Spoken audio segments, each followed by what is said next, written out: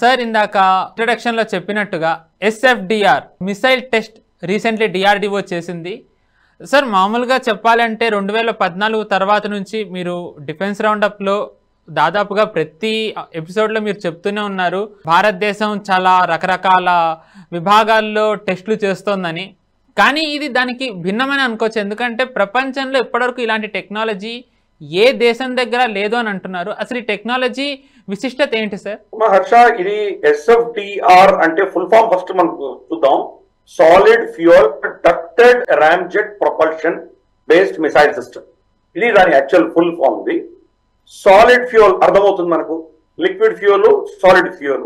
దీంట్లో solid fuel వాడతారు. Ducted ramjet, ఇప్పుడు రామ్జెట్, స్క్రామ్జెట్ ఇంజిన్స్ ఇవన్నీ కూడాను మనకు super sonic, hyper sonic missile systems లో వాడుతున్నారు. మనకు బ్రహ్మోస్ కావచ్చు, లేకపోతే రీసెంట్ గా మనం ఏదైతే హైపర్ సోనిక్ మిసైల్ చేసామో ఇవన్నీ కూడా వీటన్నిటి కూడా ఈ రామ్జెట్ అండ్ స్క్రామ్జెట్ టెక్నాలజీస్ ఎక్కువగా వాడతాం. వీటిలో మైనర్ టెక్నికల్ డిఫరెన్సెస్ ఉన్నాయి. దాని ఎయిర్ సక్ చేస్తుంటుంది, ఒక సైడ్ నుంచి లోపల బర్న్ అవుతుంటుంది. వీటన్నిటికి కూడా ఏంటంటే కనుక మనకు కొన్నిటికి ఎయిర్ బయట నుంచి రాకుండా, అంటే వెళ్తున్నప్పుడు ఫ్రంట్ నుంచి సక్షన్ చేసేది ఒకటి ఉంటుంది, సైడ్ నుంచి సక్షన్ చేసేటువంటివి. ఇవన్నీ కూడా డిఫరెంట్ మెథడాలజీ దాంట్లో వాడతారు. దాంట్లో సాలిడ్ ఫ్యూయల్ పెట్టడం అంటే మనకు తక్కువ స్పేస్ లో ఎక్కువ ఇంధనం పెట్టవచ్చు. అటువంటి టెక్నాలజీ ఇది. ప్లస్ ఇది ప్రపంచంలో ఇటువంటి రామ్జెట్ ఇంజిన్స్ లో ఇటువంటి సాలిడ్ ఫ్యూయల్ డక్టింగ్ చేసి దాంట్లో వాడడం అన్నది మొట్టమొదటిసారి మనం చేసాం. ఇది ఎక్స్పెరిమెంట్ చేసాము. ఒడిస్సా నుంచి దీన్ని మనం ఫైర్ చేసాము. రిజల్ట్స్ చాలా అద్భుతంగా వచ్చినాయి.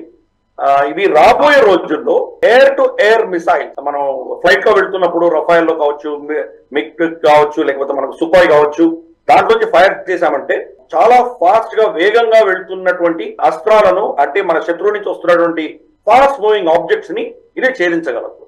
ఎందుకంటే ఇది సూపర్ సోనిక్, తర్వాత ఫ్యూచర్ లో మెల్లిమెల్లిగా దీన్ని హైపర్ సోనిక్ లెవెల్ కూడా మనం తీసుకెళ్ళగలం. ఇది రేంజెస్ ఇప్పుడు ప్రస్తుతానికి 300 కిలోమీటర్స్ దాకా మనం కొట్టగలుగుతున్నాము. అంటే మన ఫ్లైట్ టేక్ ఆఫ్ అయ్యి అది ఎయిర్ బాన్ ఉండి అక్కడి నుంచి 300 కిలోమీటర్స్ దాకా కొట్టగలుగుతాం. కానీ దీంట్లో టెక్నాలజీస్ లో మనకు ఆల్రెడీ ఈ బేసిక్ టెక్నాలజీ మనకు సక్సెస్ అయిపోయాం కాబట్టి దీని రేంజ్, దీని డిస్టెన్స్ పెంచుకోవడం పెద్ద కష్టం కాదు. క్రమేపీ దీన్ని బహుశా 1000-1500 కిలోమీటర్ల దాకా కొట్టగలిగినటువంటి స్టేజ్కి దీన్ని తీసుకువెళ్తాం. మేబీ వర్షన్ 2, వర్షన్ 3 వచ్చేసరికి ఆ లెవెల్కి వెళ్ళిపోతాం. అందుకనే మనకు మాజీ డిఆర్డిఓ ఎవరైతే మనకు అధినేత ఉన్నారో, చైర్మన్ ఉన్నారో, డాక్టర్ జి సతీష్ రెడ్డి, ఆయన ఇప్పుడు రక్షణ మంత్రికి ఆయన అడ్వైజర్ గా ఉంటున్నారు. ఆయన రీసెంట్ గా న్యూ ఇండియన్ ఎక్స్ప్రెస్ కి ఆయన ఇచ్చినటువంటి ఇంటర్వ్యూలో ఆయన చాలా స్పష్టంగా చెప్పారు, ఇది long range air to air missiles లో భారతదేశం ఒక విధమైనటువంటి అత్యున్నత స్థానంగా వెళ్ళడానికి చాలా దోహదపడుతుంది. ఇది బహుశా ఇంకా ప్రపంచంలో ఎవరి దగ్గర లేనటువంటి టెక్నాలజీ మన దగ్గర ఉన్నది అని ఆయన చెప్పారు. దీంట్లో మనకు తెలుగు వాళ్ళకి చాలా గర్వకారణం ఏంటంటే ఇది DRDL, defence research development laboratories ఏవైతే ఉన్నాయో డిఆర్డిఎల్ భాగ్యనగరంలో ఉన్నటువంటి వీటితోటి, అలాగే మనకు రీసెర్చ్ సెంటర్ ఇమారత్ ఆర్సిఐ ఇది కూడా మనకు భాగ్యనగరంలోనే ఉన్నది. అలాగే ఈ రెండు భాగ్యనగర్ నుంచి దీంట్లో ఇన్వాల్వ్ అయి ఉన్నాయి.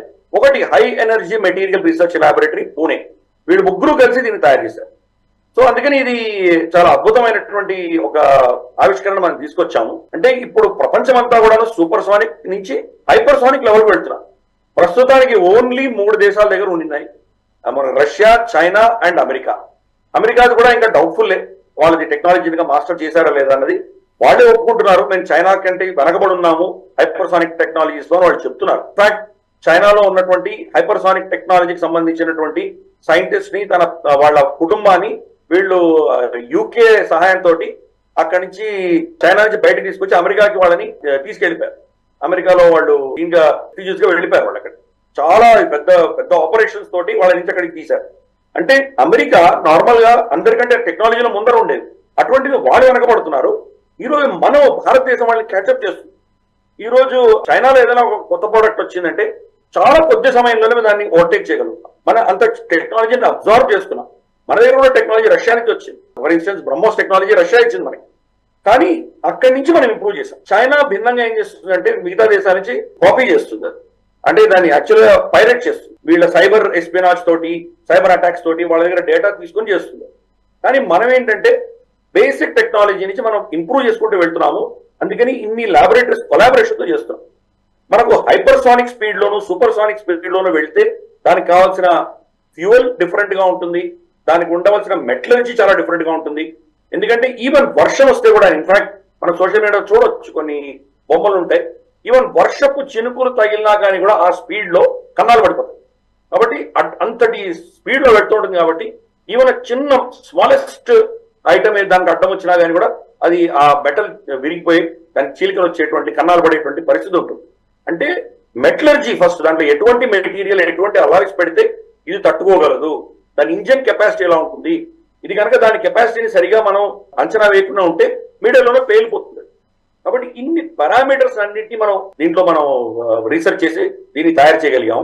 అన్నిటికంటే కీలకమైంది ఏంటంటే స్పీడ్ అయితే అచీవ్ చేశారు, కానీ మీ ఎనిమీ టార్గెట్ అది కూడా చాలా ఫాస్ట్ గా వస్తుంటుంది. బహుశా సూపర్సానిక్ స్పీడ్ లోనో లేకపోతే రామారామి అంత స్పీడ్ లో వస్తూ ఉంటుంది. దానిని మీరు పిన్ పాయింట్ ప్రెసిషన్ తో కొట్టడం అన్నది చాలా కష్టం. అంటే ఇప్పుడు ఫుట్బాల్ ఫీల్డ్ తీసుకుందాం, ఒక గోల్ దగ్గర మీరు చిన్న నిమ్మకాయ పెడితే ఈ గోల్ నుంచి పర్ఫెక్ట్ గా నిమ్మకాయని కొట్టగలిగినటువంటి మీరు బాణం వేయగలరా? అంత దూరంలో అసలు మన కంటికే కనిపించదు, కానీ దాన్ని కొట్టగలగాలి. అంటే ఒక ఊరికే ఉదాహరణ చెప్తున్నాను, అంత స్పీడ్ లో వెళ్తున్నటువంటిది, అంత దూరం ఉన్నట్టు దాన్ని ప్రెసిషన్ తో కొట్టగలగాలి. వెదర్ ప్యాటర్న్, అక్కడ ఉన్నటువంటి గాలులు కానీ వర్షాలు కానీ వీటి యొక్క ప్రభావం లేకుండా పర్ఫెక్ట్ గా వెళ్ళి కొట్టగాలి. సో ఇన్ని పారామీటర్స్ ని మనం సాధించాం. కాబట్టి దాంతో ఈ యొక్క SFDR అన్నది ఒక అద్భుతమైనటువంటి అస్త్రం మన అంబుల పొదలో చేరుతుంది. అందుకనే మనం DRDL, DRDO, తర్వాత RCI, HEMRL ఈ సైంటిస్టులు అందరినీ కూడా మనం అభినందిద్దాము. రాబోయే రోజుల్లో ఇది మన శత్రువులకు నిజంగా వాళ్ళ శక్తిని వాళ్ళ దగ్గర ఉన్నటువంటి అస్త్రాలన్నింటినీ ఛేదించే దిశగా ఇది ఒక అద్భుతమైనటువంటి బ్రహ్మాస్త్రంగా మనకు తయారవుతుంది. కాబట్టి వీళ్ళందరినీ కూడా మనం అభినందిద్దాం. షూర్ సార్, నిజంగానే మీరు అన్నట్టుగా శత్రువులకు ఆల్రెడీ సందేశం ఇవ్వాలనే ఏమో, కానీ చాలా డిఫెన్స్ వెబ్సైట్స్ కానివ్వండి, లేకపోతే డిఫెన్స్ అనలిస్టులు కానివ్వండి, వాళ్ళు ఆల్రెడీ పాకిస్తాన్ మీద, చైనా మీద వాళ్ళు ఆల్రెడీ ఆర్టికల్స్ రాయడం, ఒక రకంగా చెప్పాలంటే వాళ్ళకి దీని మీద ఈ విషయం చెప్పి వాళ్ళని భయపెట్టడం కూడా జరుగుతుంది. మీరు అన్నట్టుగా నిజంగానే ఇది సక్సెస్ అవ్వాలని ఇలాంటివి DRDO అండ్ దాని అనుబంధిత సంస్థలు ఇలాంటివి ఇంకా ఎక్కువ చేయాలి, సక్సెస్ఫుల్గా చేయాలని కోరుకుందాం. మరో అంశంలోకి వెళ్ళి